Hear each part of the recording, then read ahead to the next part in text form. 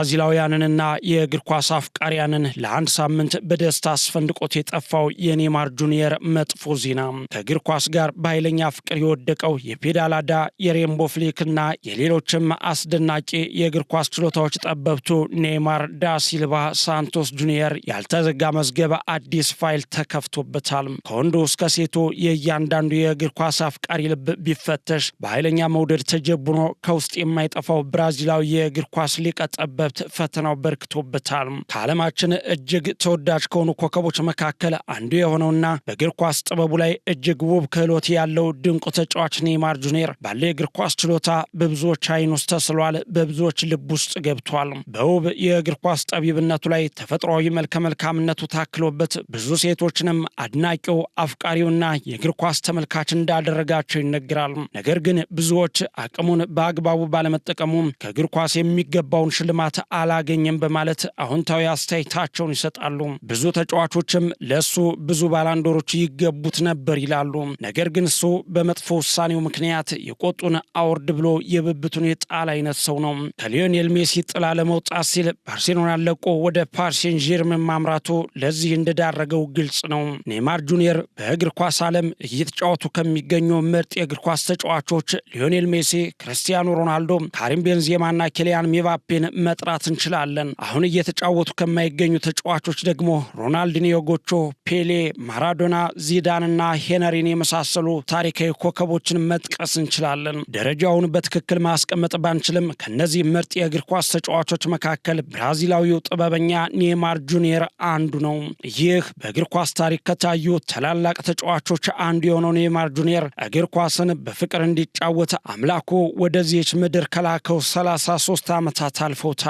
ትውልዱ ከ33 ዓመታት በፊት ነበር በሳኦ ፖሎ ከተማ ሞጊ ዳስ ክሩስ በምትባል ሰፈር ከእናቱ ናዳኒ ዳ ሲልቫና ከአባቱ ኔይማር ሳንቶስ የተወለደው። እግር ኳስንም በልጅነቱ በአባቱ አነሳሽነት የተዋወቀ ሲሆን ገና በታዳጊነቱ ሳኦ ቪሴንቴ በሚባል ክለብ የእግር ኳስ ሕይወትን አንድ ብሎ ጀመረ።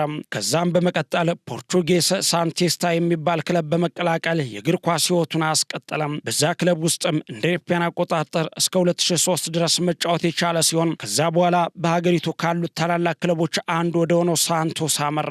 በሳንቶስም ሳለ 177 ጨዋታዎችን ማድረግ የቻለ ሲሆን 107 የጎል ተሳትፎ ማድረግ ችሎ ነበር። በብራዚሉ ክለብ ሳንቶስ እስከ 2013 መቆየት ችለዋል። በ14 ዓመቱም በስፔኑ ኃያል ክለብ ሪያል ማድሪድ የሙከራ ጊዜ የነበረው ሲሆን ተሳክቶለትም ነበር።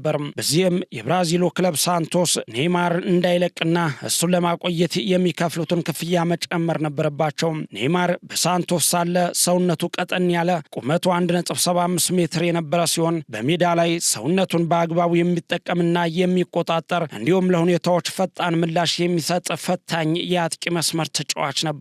ከትንሽ ጊዜያት በኋላ የታላላቅ የአውሮፓ ክለቦችን አይን መሳብ ችሎ የነበረ ሲሆን ከነዚያ ውስጥም ደግሞ ዋነኛ ተጠቃሾቹ ሁለቱ የስፔን ባላንጣዎች ሪያል ማድሪድና ባርሴሎና ነበሩ። ሪያል ማድሪድ ቀድሞውኑም ከ14 ዓመቱ ጀምሮ ይፈልጉት የነበረ ሲሆን በፕሬዝዳንታቸው ፍሎረንቲኖ ፔሬዝ በመምራት ኔይማር ለማስፈረም እስከ መጨረሻው ድረስ ቢሄዱም ኔይማር ጁኒየር ግን ሌላኛውን የስፔን ኃያል ክለብ ከሪያል ማድሪድ በላይ በማስበለጥ ምርጫውን ያደረገ ሲሆን በ2013ም ማረፊያውን በስፔን ካታላን ግዛት ስራ አደረገ። የካታላኑን ክለብ ባርሴሎና ሲቀላቀል በሰዓቱ በታሪክ ውድ ከነበሩ ዝውውሮች መካከል አንዱ መሆን ችሎ ነበረ፣ 57 ሚሊዮን ዩሮ። ከዛም በባርሴሎና ሕይወት የሰመረለት ኔይማር ከምንጊዜውም ምርጡ የእግር ኳስ ተጫዋች ሊዮኔል አንድሬስ ሜሲና ከኡራጋያዊው አይምሪ አጥቂ ሉዊስ ሱዋሬዝ ጋር አስፈሪ የሚባል ጥምረት ፈጠረ። በሰዓቱ ለየትኛውም ክለብ የማይመለሰው ያ የኤስኤምኤን ጥምረት ዓለምን የሚያስጨንቅ ነበር። ኔይማር ጁኒየር ከሁለቱ እሳት የላሱ የቡድኑ አጋሮቹ ጋር በመሆን የትኛውንም ክለብ የሚያንቀጠቅጥ ለየትኛውም ዋንጫ የማይመለስ ቡድን መሆን ቻሉ። በባርሴሎና በቆየባቸው 5 ዓመታት የላሊጋ፣ የኮፓ ድለሪ፣ የአውሮፓ ቻምፒዮንስ ሊግ እንዲሁም እጅጉን ታላቅ ክብር የሆነውን ትሪብልን ማሳካት ችሏል። በአጠቃላይ በነዛ ዓመታት ለባርሴሎና 186 ጨዋታዎችን በሁሉም ውድድሮች በማድረግ 105 ጎሎችንም ከመረብ ማዋሃድ ችሏል። ነገር ግን ታላቁ ተጫዋች ሊዮኔል አንድሬስ ሜሲ በባርሴሎና በመሆኑ አይኖች ሁሉ ወደ ሜሲ እንጂ ወደ እሱ አለመሆናቸው ያላስደሰተው ኔይማር ጁኒየር በሌሎቹ አስተዋይ ያልነበሩ መካሪዎች ግፊት ጭምር ተማምኖ ባርሴሎናን መልቀቅ እንደሚፈልግ ለክለቡ አመራሮች አሳወቀ። ምንም እንኳን የካታሎኑ ኃያል ክለብ አመራሮች በጥያቄው ደስተኛ ባይሆኑም ምንም ምላሽ ሳይሰጡ መቀጠልን መረጡ። ከዚህም በኋላ ነው ነገሮች መለዋወጥ የጀመሩት። የፈረንሳዊ ቱጃር ክለብ ፓሪስ ሴን ዠርማን ወይም ፒኤስጂ ሳይጠበቅ እስካሁን ድረስ በእግር ኳስ ታሪክ ሪከርድ የሆነ የዝውውር ክፍያ ለባርሴሎና ቀረቡ። በሰዓቱ ብራዚላዊ የእግር ኳስ ጠበብት ኔይማር ጁኒየር በዓለም ላይ ከፍተኛ ተከፋይ የሚያደርገውን ደሞዝ መቀበል ቻለ።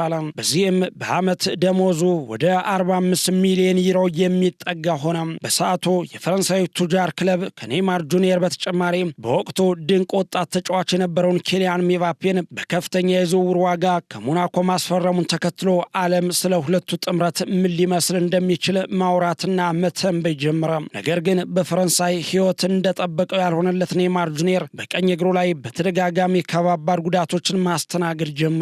በእነዚህ ተደጋጋሚ ጉዳቶች ምክንያት ኔይማር ጁኒየር በመጀመሪያ የፒኤስጂ ቆይታው 30 ጨዋታዎችን ብቻ መጫወት የቻለ ሲሆን 28 ግቦችን ማስቆጠር ችሎ ነበር። ከዛም በመቀጠል በ2020 ክለቡን ፒኤስጂን ለፍጻሜ ማድረስ ቢችልም በፍጻሜው እድል ከእሱ ጋር ያልነበረችው ኔይማር በባየር ሙኒክ 1-0 ሽንፈት በማስተናገድ አውሮፓ ቻምፒዮንስ ሊግን ሳያሳካ ቀረ።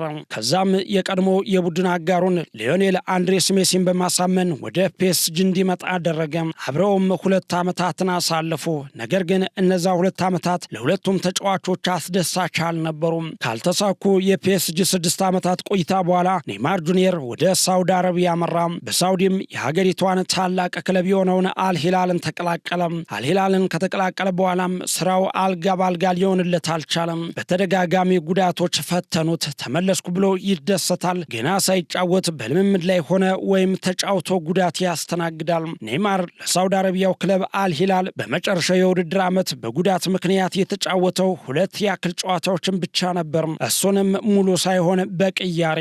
እጅጉን ጉዳት ያስቸገረው ተጫዋቹ በውድድር ዓመቱ 42 ደቂቃ ብቻ ነበር መጫወት የቻለው። ነገር ግን በዓመቱ ውስጥ የተሰጠው የገንዘብ ክፍያ 101 ሚሊዮን ዩሮ ነበር።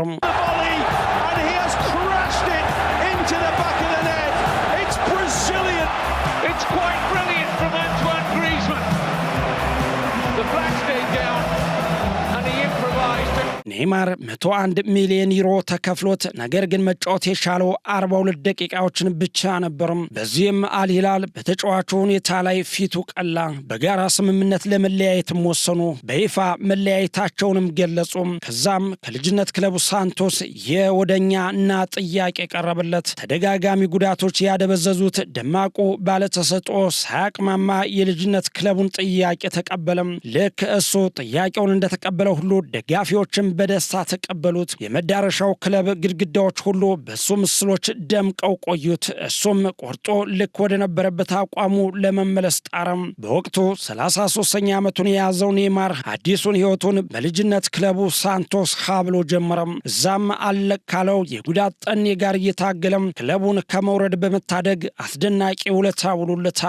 የዓለም ዋንጫ እየተቃረበ ሲመጣ ደግሞ ህልሙ በሆነውና ምናልባትም የመጨረሻው ሊሆን በሚችለው ትልቁ መድረክ ላይ አገሩን ወክሎ ለመገኘት የቻለውን ሁሉ አደረገም። ሆኖም በመጀመሪያ የካርሎ አንቸሎቲ ስብስብ ውስጥ ስሙ ሳይሰፍር ቀረም። ባለፉት 10 ዓመታት መሰረቷን በኔይማር ጁኒየር ላይ አድርጋ ግን ለትልቁ ዋንጫ ያልታደለችው የእግር ኳስ ፈጣሪዋ ብራዚል የ2026 ዓለም ዋንጫን ከኔይማር ውጭ የምትሞክረው መሰለች።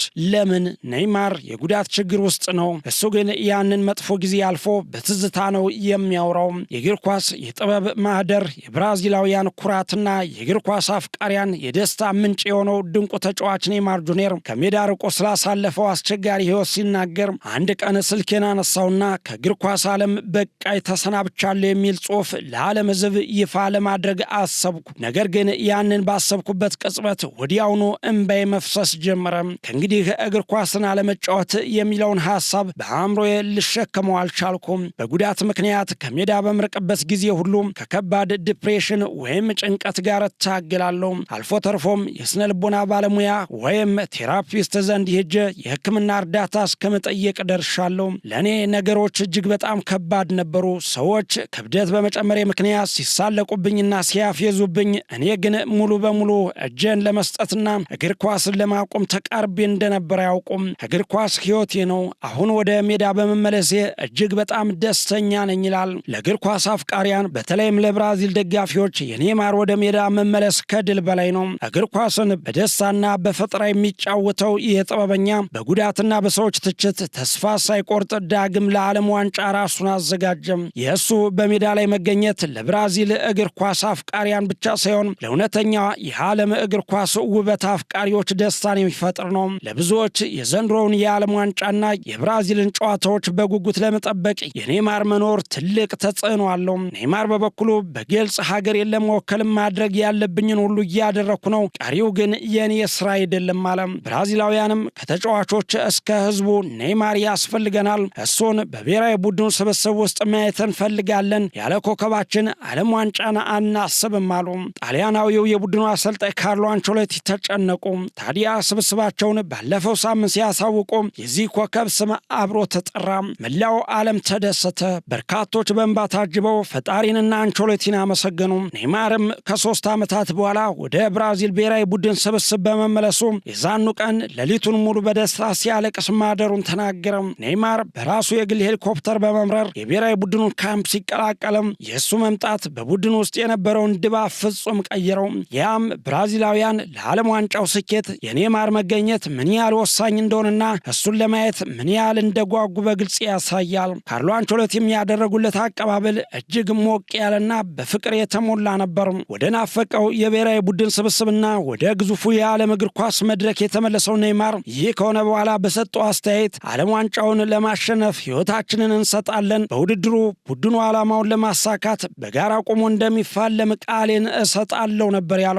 ለዓለም ዋንጫ ጥሪ ከቀረበለት በኋላ ስሜታዊ ሆኖ የተስተዋለው ኔይማር ጥሪ እንደቀረበለት ሲሰማ በቅድሚያ ከአስቸጋሪ ጉዳቶች እንዲያገግም የረዱትን ሐኪም ሄዶ በማቀፍ ምስጋናውን አቅርቦ ነበር። ጣሊያናዊው የብሔራዊ ቡድኑ አሰልጣኝ ካርሎ አንቸሎቲ የቡድናቸውን ስብስብ ሲያሳውቁ ኔይማር በጉጉት ሲጠብቀው የነበረውን የራሱን ስም በመሃል ሲጠራ ሲሰማ ከቤተሰቡ ጋር ሆኖ እጅግ ሲደሰትና በእንባ ታጅቦ ፈጣሪውን ሲያመሰግን በተሰራጨ ቪዲዮ ቅጅ ተመልክተን ነበር። ከሱ ባሻገር በዓለም ዙሪያ ያሉና በመቶ ሺዎች የሚቆጠሩ የእሱ አድናቂዎች ሁሉ መመረጡን ተከትሎ ስሙ በካርሎ አንቸሎቲ ሲጠራ የተሰማቸውን ደስታ በቪዲዮ ቅጅ አጋርተው ነበር። ይህ በርካቶችን ያስፈነጠዘው ደስታ ታዲያ ከ10 ቀናት በላይ አብሯቸው አልቆየም። ኔይማር ከቅርብ ዓመታት ወዲህ የተጠናወተው መጥፎ የጉዳት ዜና በአዲስ ተሰማ።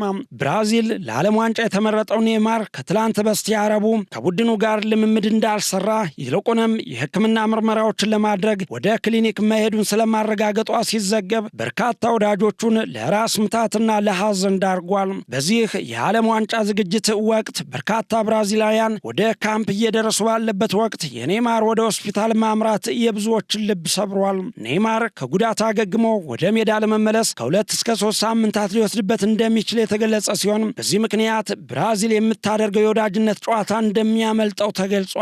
በተጨማሪም ብራዚል ከሞሮኮ የምታደርገው የዓለም ዋንጫ የመጀመሪያ ጨዋታ ሊያመልጠው እንደሚችል ተዘግቧል።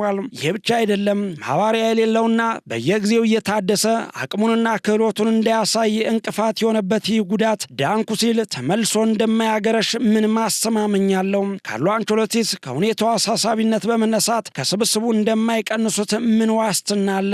ይህ ለኔይማርና ለብራዚል ብቻ አይደለም፣ ለመላው እግር ኳስ ትልቅ መርዶ ነው። ታዲያ ኔይማር ጥቂት ቀናት ለቀሩት የዓለም ዋንጫ መድረክ የተሳትፎ ጉዳይ በመጨረሻ ምን ይሆን? ቀኑ ደርሶ ለማየት ያብቃን እያልኩ ዝግጅቴን በዚሁ ልቋጭ። መኮንን አልማው ነበርኩ። የነገ ሰው ይበለን።